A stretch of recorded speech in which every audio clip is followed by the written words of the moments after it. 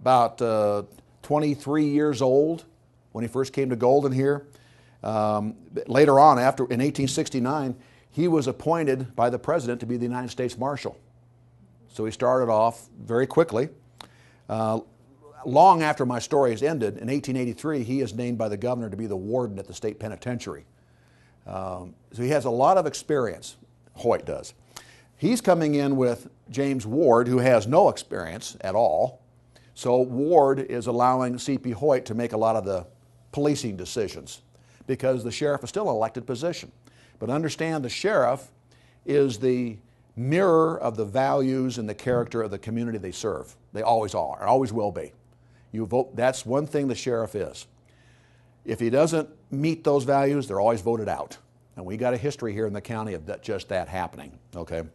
So here you got Clarence Hoyt and you got James R. Ward are now elected sheriff and undersheriff of the county in 1869. They take over from a very violent period in Golden where they had shootouts in the Overland Hotel, which is now what became Eakers, and then Eakers became the saloon up here, Buffalo Rose. They had shootouts, and I mean, this town was like Dodge City and Tombstone. There was no difference here. You picture that, okay? So these two guys take over. What they don't realize is something very bad is happening that neither one have any understanding of how to deal with it or even what it is. It takes 140 years of history between 1869 and now to say, I know what happened. I wish I could go back 150 years or 40 years and tap Ward on the shoulder and say, let me tell you what's going on here in your town. So I'm going to tell you the story of what's going on in this town in 1869 that he didn't even know about. Okay? On top of that, picture this, in 1869 he has two deputies now. Both guys, one's Matt Taylor and another guy's name is John Healy. So you got two deputies, you got an undersheriff, and you got the sheriff. That's the law. Okay? All right, let me back up here a little bit here. All right. In 1875, this is 6 years later, 6 years in advance. I'm skipping ahead a little bit here.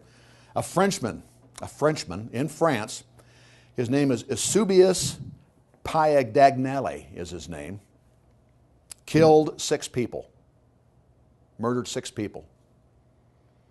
Historians and criminologists believe that this Eusebius is probably the first serial killer in history, is this guy. 1888, now I'm talking, remember, put the date 1969 in your mind. In 1888 was Jack the Ripper. We all know about him, right? He's an infamous serial killer.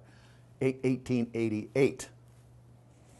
In 1893, criminologists and historians all agree, all the stuff that I've read about it, and I've done a lot of research on it, says that the first serial killer in the United States was a guy named Herman Mudgett. He lived in Chicago. During the Chicago World's Fair, he murdered a lot of people as a serial murderer, and that was in 1893. 1893. So historians go back and they say, well, if somebody had asked me, when was the first serial killer in the United States? Herman Mudgett. Who's the first serial killer in the world? Was this Frenchman. Now, I know we all know better than that. Do you think that back in the days of Julius Caesar or Hannibal, there were no serial killers out there? We didn't know what they were. Now, in the latter part of the 19th century, criminologists started to understand there was a pattern of behavior that people had the capacity to commit crimes like that. Before that, that's uncalled. People don't do that. Well, people do that. So we got a late start on that whole thing with serial killing. Well, in 1868, 1 year before Ward takes office, he doesn't know about this until later. In 1868, the summer of 1868, Sheriff Richard Sopris, who's the Arapahoe County Sheriff, which in those days was Denver, finds a dead man on Dry Creek lying at the bottom of an abandoned well. When he climbs down into the well, to excavate the body, they find that the body is covered with dirt and rocks and sticks. Somebody has covered up the body at the bottom of this abandoned well. On top of that, the person at the bottom, the victim, is wearing an old soldier's overcoat. Remember I told you about the Mormon, the veterans of the Mormon Wars coming back here to live? This guy's wearing, he's not in the military, but he's wearing a soldier's overcoat, an old soldier's overcoat. They bring the body up out of the well in the summer of 1868, take it down to the mortuary in Denver, and they find that this guy has been shot one time in the head. Murder. Well, what do you do with that? Look for the bad guy. Well, how do we look for bad guys? How did police back in 1868 know how to look for bad guys? There were no fingerprints, no DNA, there was no canine dogs, there was no FBI laboratories, none of that. Matter of fact, the badges weren't, police didn't even have badges here until 1873 because there wasn't even a tinsmith around. You didn't have badges. So here we are, you got these citizen sheriffs trying to figure out, why is this guy at the bottom of the well? And obviously it's not right, but what do you do? What do you do? One thing that I thought was interesting is that there was in Europe at the time, and I'll keep this in mind too, that if the newspapers, now the Colorado Transcript had just retooled after Civil War, so George West was still running his stories, and I found a couple instances in there where this trend in Europe was to garrote victims. They call it garroting. And it became a passion in Europe. And it became a problem in Europe that people were being garroted. Garroted means to be strangled with a rope. Garroted. Okay. And on top of that, what kind of people do that? Now, what kind of training or literature or anything could Ward or Hoyt get a hold of to kind of help them investigate this? What is out there? At the last half of the 19th century, there was a theory started in Europe that it was called Lambrosian Degeneration Theory. Lambrosian Degeneration Theory, which meant simply that people who look bad, have certain physical quirks like a twitching eye or a high forehead or a heavy brow or high cheekbones, or who didn't dress well, who had bad hygiene, they are your crooks. So for the sheriff, all he has to do is find somebody who's got a twitching eye or a limp or has bad hygiene or doesn't have a job or is a bum or whatever. That will lead you to solving crimes. That theory of Lambrosian degeneration theory went on clear through the second half of the 19th century, clear up to when policing became modern in the 1910s at Berkeley, California, the University of California at Berkeley, where finally the first university to study policing methods came out. But even at Berkeley was teaching this theory. And it went all the way up in the 1930s when the police put out bulletins, look for the guy with a twitching eye or gets his ear or has a high forehead. Now, how do you look for people like that? And we know today that's ridiculous, but didn't know that was the way it was then. So I look at it today and I said, well, as police today, we're told DNA will take care of it. Well, maybe someday we'll find out that it isn't. Just like this Lambrosian degeneration style of theory was ridiculous. But that's what, if Ward, and I don't personally, I do think they heard about it. I think Hoyt heard about it. I don't think Ward did. That actually existed. So by 1870, these two, sheriff and undersheriff of this county and this city here, knew about that theory. So when they went to find a criminal, they looked for that Lambrosian qualities in somebody, okay? How silly that may be, but they did. Okay, keep that in mind. January 19th, 1870. Ward's in office 2 weeks. He's in office 2 weeks as a sheriff.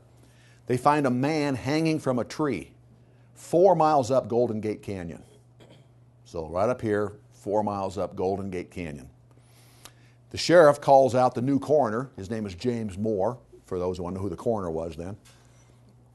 And Ward get their buggy and their wagon, and they go 4 miles up the canyon. They find this guy.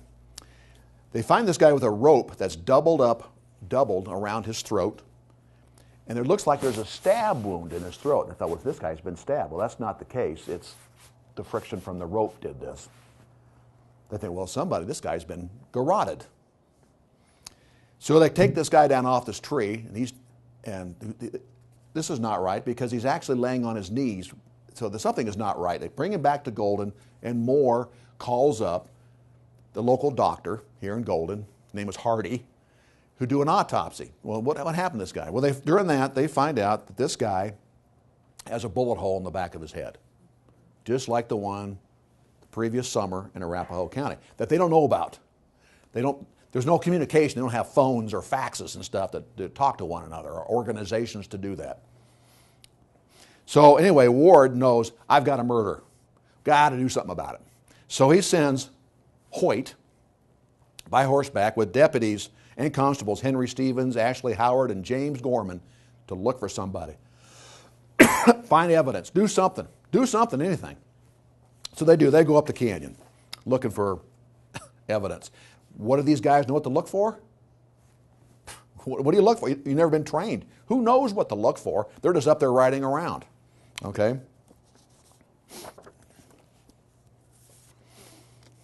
About 4 months later, they didn't find anything.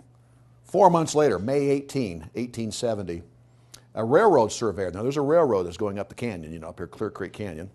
A railroad surveyor finds another guy 2 miles up Clear Creek Canyon hanging from a tree. He found it because when he was walking up the railroad tracks, his own mule got loose, and the mule followed his own scent up into this canyon to find this guy hanging from a tree. South of Clear Creek, and the place is now called Brown's Gulch, if you know where. It's right across from Guy Hills, now called Brown's Gulch. This guy is hanging from a tree, double strand of rope around his neck, just like the other two, been garroted, okay? And they later on find him, they knew him as a guy named George Hanchett from Wisconsin, an army deserter from the Mormon War, okay? And they pick him up, bring him back to Golden, and they saw him, when they got him into Golden, Hardy, the doctor at the time, finds a bullet hole in his head. So now there's 3. Ward gets a little concerned about that by that time and tells Dr. Hardy, thank you, but no thank you. You're a good doctor. Matter of fact, another subject of another day, Hardy built the first hospital right here in the territory, right here in Golden. It was a hospital. But you deal with broken bones, and so I need somebody who knows violent injuries.